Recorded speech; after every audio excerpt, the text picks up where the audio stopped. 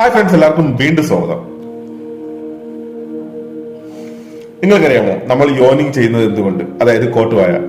Scientific study അനുസരിച്ച് ബ്രെയിനിന് oxygen കുറയുമ്പോൾ അല്ലെങ്കിൽ ടയർഡ് ആയി കഴിഞ്ഞാൽ ബ്രെയിനിനെ അലർട്ട് ആക്കാനാണ് ഈ യോനിങ് യൂസ് ചെയ്യുന്നത്. അതായത് കോട്ടുവായ വരുന്നത്. നമുക്ക് യോനിങ് ചെയ്യുമ്പോൾ നമ്മൾ കൂടുതൽ ഡീപ് ബ്രെത്ത് എടുക്കുന്നു. അത് ബ്രെയിനിന് ഓക്സിജൻ എത്തിക്കാനായിട്ട് സഹായിക്കുന്നു.